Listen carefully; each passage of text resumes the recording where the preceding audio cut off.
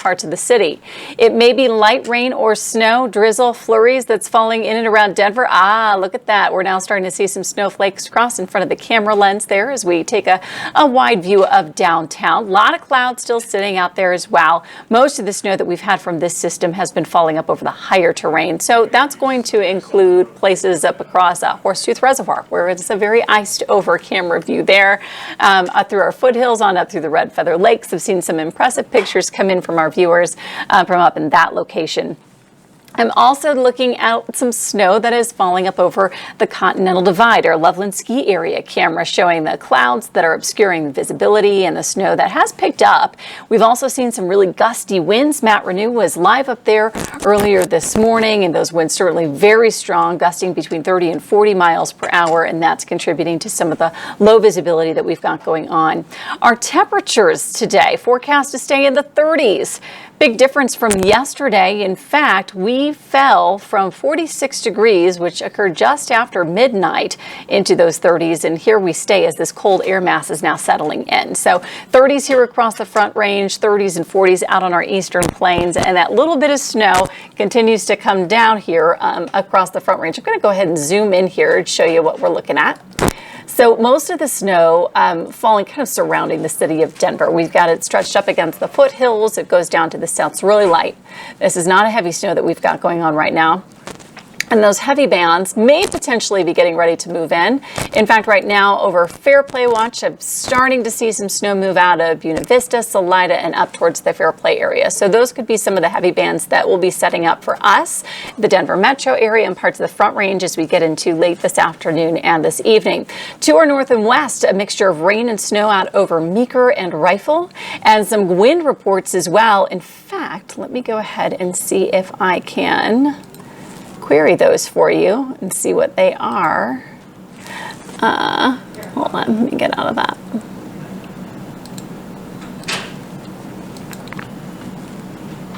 Okay. So that was non-thunderstorm wind gust coming just outside of Steamboat Springs at 51 miles per hour. So that's just an example of some of the strong wind gusts that we've had from this system. Southwest Colorado under winter storm warnings, but when we zoom into that part of the state, we've got a mixture of snow coming down at higher elevations, but also some thunderstorms that may have even also produced some hail. Let's go ahead and take a look at that. It would be just outside of Telluride. Hail size 1/4 of an inch. So yeah, some small hail coming out of some thunderstorms also associated with this system. It's pretty complex. The upper level low starting to get cut off from the main jet stream and is going to continue to move east slowly, I might add. So we will continue to see some of the snow that we've got just to the southwest of the metro area that you can see.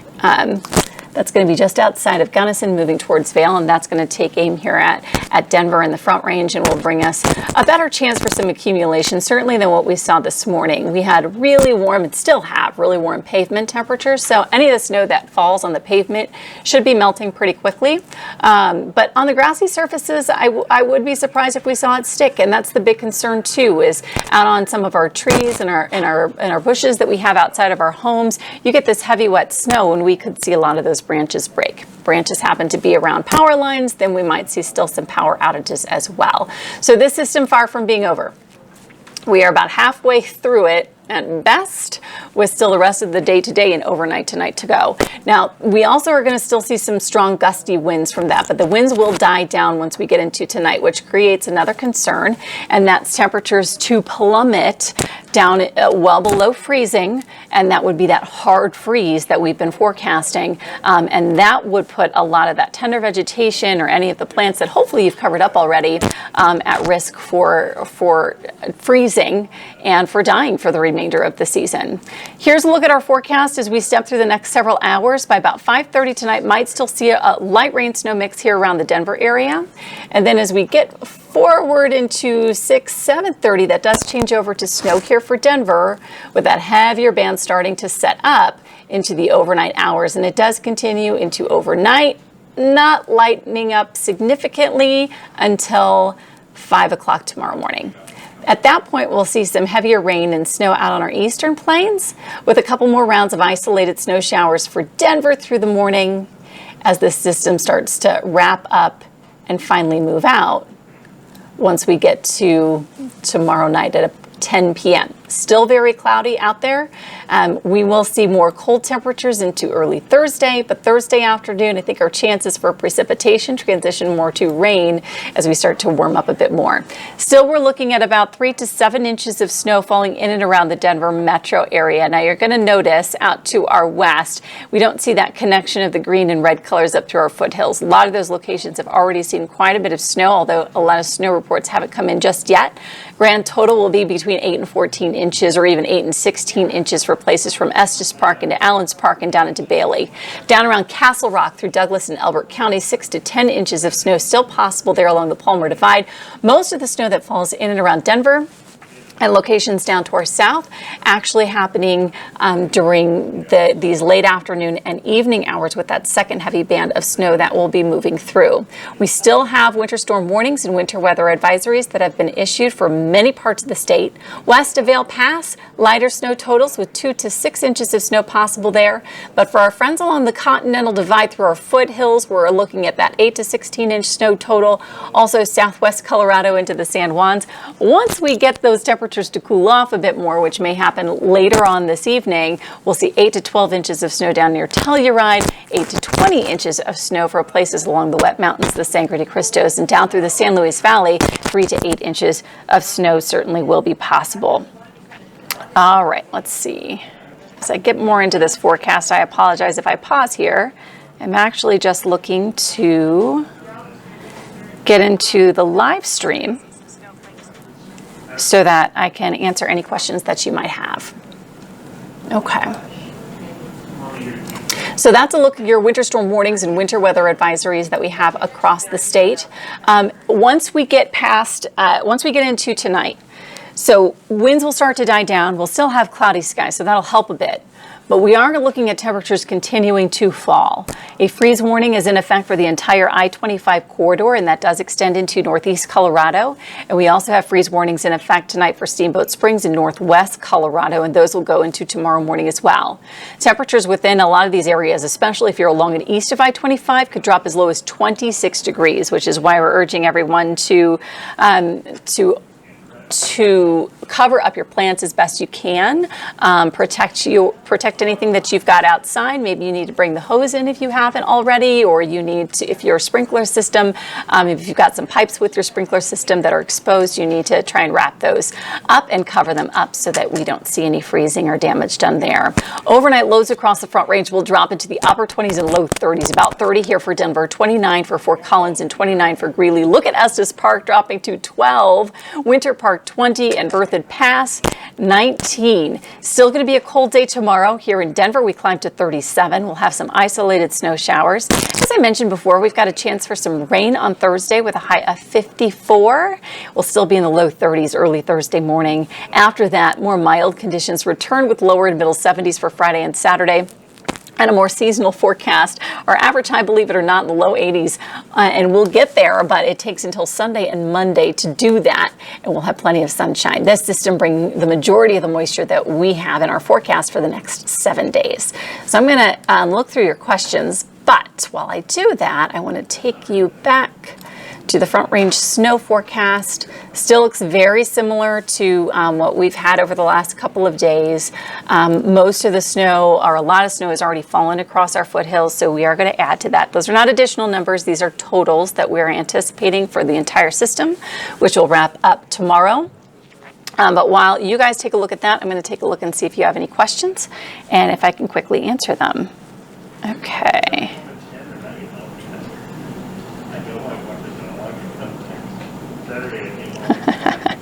Ryan, you're correct. I am just now looking at your Jetstream question.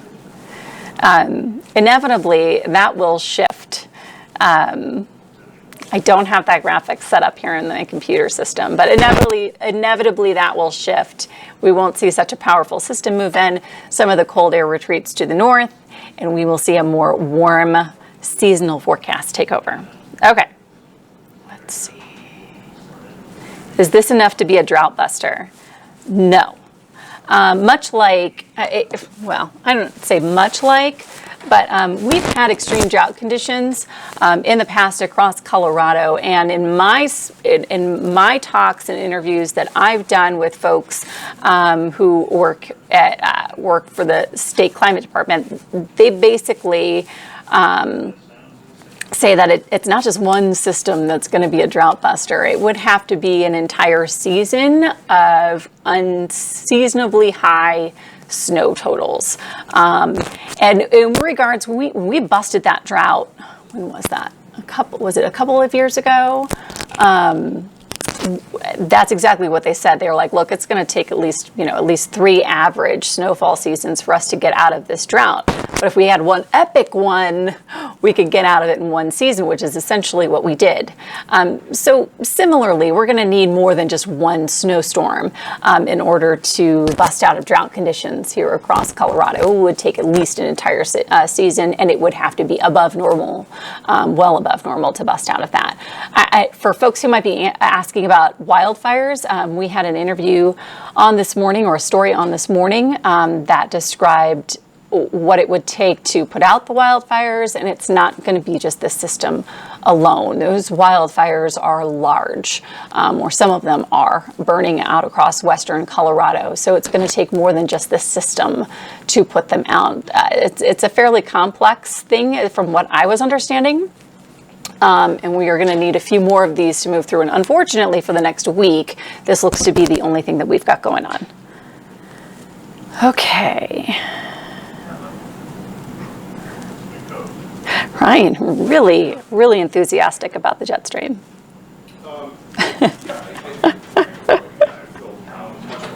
Was there a bet or something? Let's see.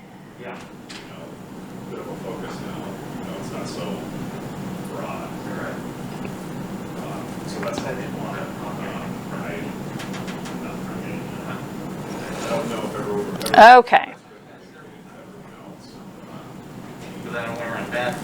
Mark saw a picture from Red Feather Lakes. I saw that too. Let me actually see if I can bring it up for you and show you guys.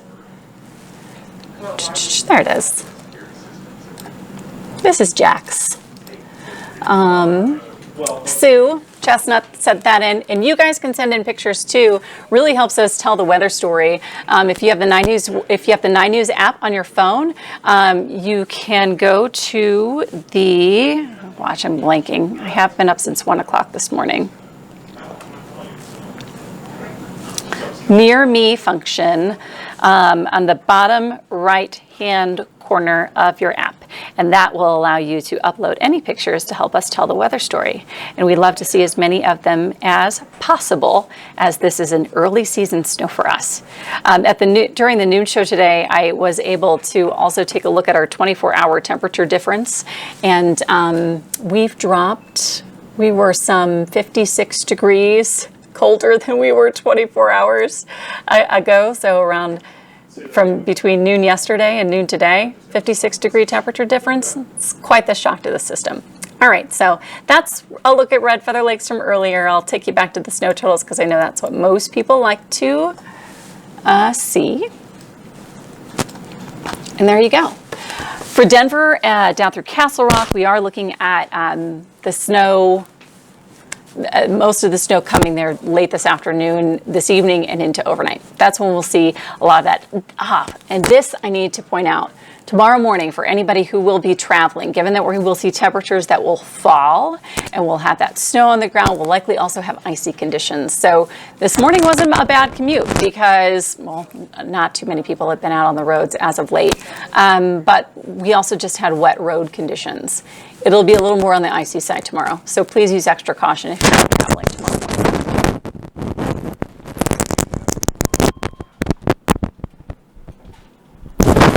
TJ, how much of the snow totals are actually expected to list? So I would say very little on the pavement, right? Still, I would say ice will be possible tomorrow morning. Most of that will be on the grassy surfaces. And I do think that 3 to 7 inches is a good representation of what you can see from late this afternoon and into overnight tonight of snow accumulation here across the Front Range. Okay. All right. So I'm going to go over this one more time for anybody who might be watching, and then I'm going to sign off and say I hope you guys have a great rest of your afternoon, but we're still in the middle of the storm system that is expected to bring snow here to the metro area. Rain, snow mix, nothing sticking to the ground just yet around Denver. It has been a different story if you've been up over the high country. Horsetooth Reservoir, for example, at higher elevations, a very icy camera, and we certainly have some snow accumulation there. You can also see some of the snow accumulation that we have over Loveland Ski area. That's our camera there facing the Continental Divide and the Eisenhower and Johnson tunnels. Temperatures will stay in the 30s for the remainder of your afternoon. Radar screen right now showing very light snow over Denver, but this area that is to our southwest is heading here towards the city, and this is a heavier band of snow out near Fairplay, Buena Vista, and Salida. As I put that into motion, you can see it also moving towards the northeast, towards the Denver metro area, so eventually we will get some of those heavy snow bands to move through. Just is going to take a little while to get here. Wind gusts still up at 20 to 25 miles per hour, but those are going to calm down tonight. That will allow temperatures to fall even further. And we're talking about overnight lows in the upper 20s and low 30s. So a hard freeze here around the city.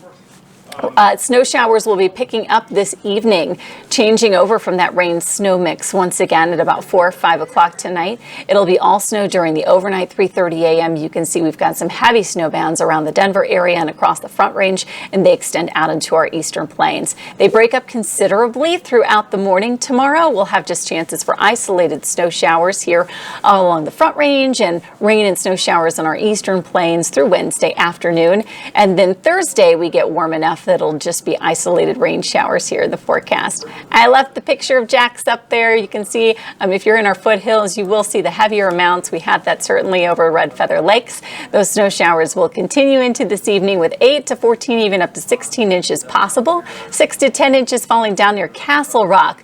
Locations around Douglas and Elbert counties will see some heavier amounts. You're at a slightly higher elevation. You get up over the Palmer Divide, and that's where we have the potential, especially with upslope, to see more snow accumulation. About 3 to 7 inches here in Denver, and I would say that would be in the stretch from downtown to the south. If you're north of town, so Westminster, Brighton, even out towards DIA, we might not even see that much snow. We are under a winter weather advisory here from Denver up through Fort Collins, with winter storm warnings extending out to our west and down to the south. Southwest Colorado's actually seeing some thunderstorms, but that will change over to snow. And around Telluride and Ouray, we're looking at 8 to 12 inches of snow falling. Wet Mountains and the Sangre de Cristos will get 8 to 20 inches of snow. West of Vail Pass on the lighter side of those snow totals, with 2 to 6 inches of snow possible there. Temperatures will fall enough that the entire I-25 corridor is under a freeze warning for tonight. This extends until noon on Wednesday. It goes into effect at 6 o'clock tonight. Temperatures could drop as low as 26 degrees along and east of I-25. Will be colder than that out to our west. The freeze warnings also extend into northwest Colorado and cover Steamboat Springs for tonight. Lows here in Denver drop to 30, 29 for Fort Collins and Greeley, teens and 20s through Idaho Springs, Nederland up to Estes Park. We have one more cold day to go into tomorrow with a high of 37 and those isolated snow showers, cloudy skies on the way. We'll start to warm up on Thursday, 54 the high, with a chance for an isolated rain shower. 70s Friday and Saturday, so mild, but more seasonal temperatures return Sunday and Monday with highs in the low 80s. So that is what we've got going on. Doug, snow's coming. We're not done. Not going to wrap up until tomorrow. I hope you all have a great day, and Kathy will be in this afternoon and this evening to take you through the rest of this. Have a great day. See you later. I think people are going to be better between when we start and when we finish. I think we're going to make sure that I'm just always wondered having sports aware. There was a lot then. Yeah. Was yours one of these, or was like he was just Broncos? I know she has the Broncos books on in the E block that's at 4. I think that obviously